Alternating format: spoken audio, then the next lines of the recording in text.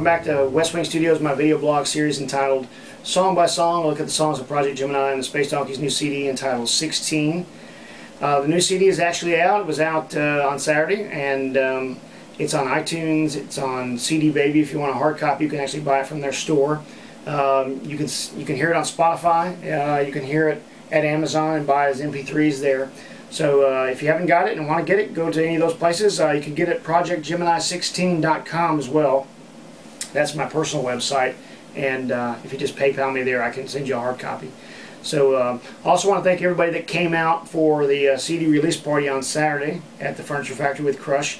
It was a great success, and I appreciate everybody that bought a copy, and hope you really enjoy it. So thanks again for that. So today we're looking at track number 15, which is Minor Return. The reason I called it Minor Return was because I felt like it was a return to a lot of the different things that I'd already done on the CD. In fact, I thought it wasn't going to make the CD. I was going to have it as a bonus track, actually. And as I got into it, it found its way to being a regular track. For this particular song, we went to the studio. We hadn't rehearsed the drum tracks at all. We hadn't done any pre-production or anything. In fact, Jason Miller, who played the drums on it, didn't even hear the song until the day we went to the studio. And I thought it was just going to be a bonus track, and I wasn't even going to use it maybe at all on the CD.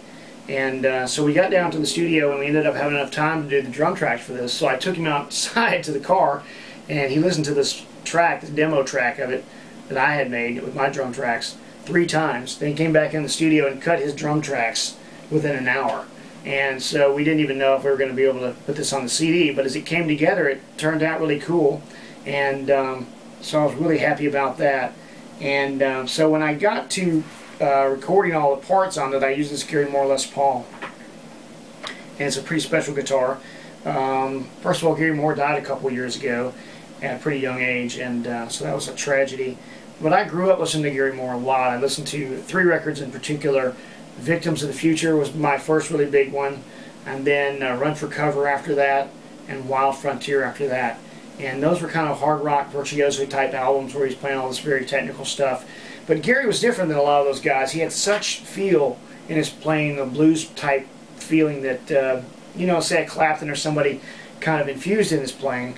But he could express himself so well with the way he played the blues lines, or the slow lines, the melodic lines, and the way he weaved it together with technique was really unparalleled to me. I mean, there are a lot of great players out there, like Neil Schon, for instance, who is a very technical player, but also has a very great, has an awesome melodic sense, you know.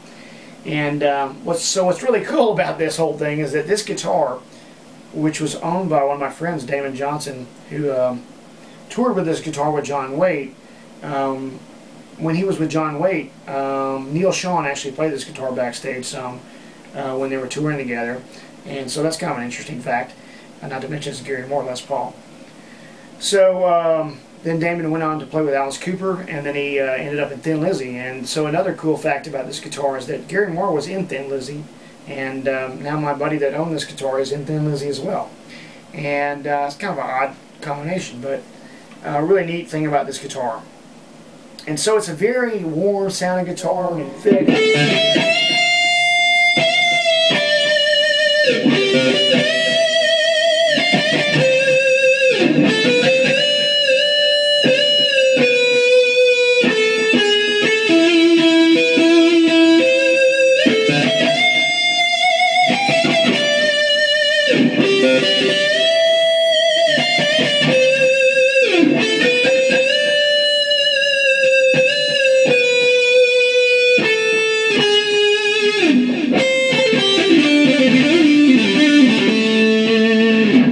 Something like that on this guitar, just sings. It's awesome.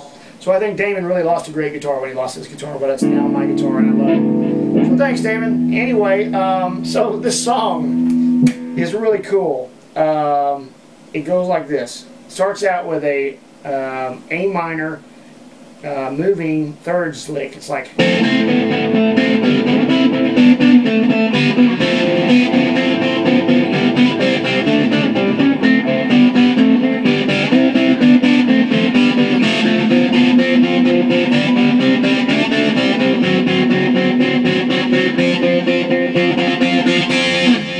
Going on underneath, there's a lick that's like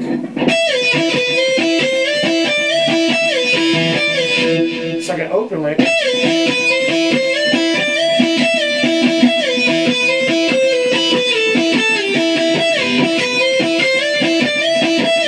Really kind of neat, unique.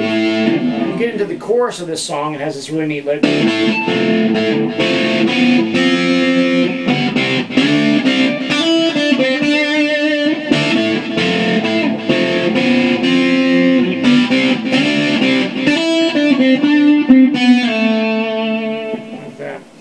And from there, I do some things with triads. I'm going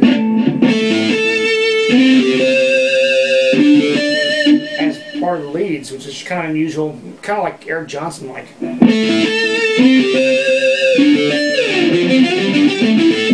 Stuff like that. It's kind of interesting how that came together, and that also became part of the fabric of a song called 7-String Sting later. That was a bonus track. And then from there, there's really two other licks that stand out. One of them is like it's almost like an emulation of a whammy pedal, which is a pedal that allows you to jump up in octaves just by pressing down the pedal or jump up in intervals. Instead of doing it with a pedal, I do it with my fingers like this. We'll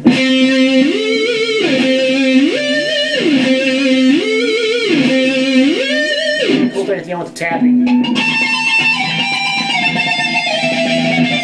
That's my return. I hope you enjoy it. Rock on, y'all.